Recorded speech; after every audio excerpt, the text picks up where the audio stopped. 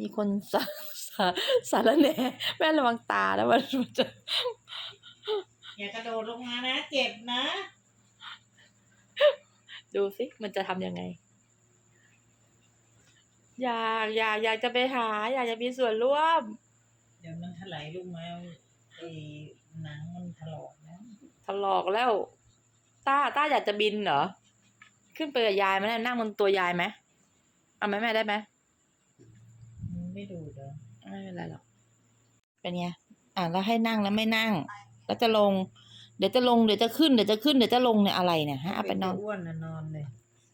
หนูจะเอายังไงลูกหน่อยหนูจะ เจ็บท้อง โอ๊ยทำไมต้าวุ่นวายอย่างเงี้ยลงฮะยายเขาจะนวดทำไมต้าวุ่นวายนอนเฉยๆนอนเฉยๆลูกนอนเฉยๆนอนเฉยๆลงมานี่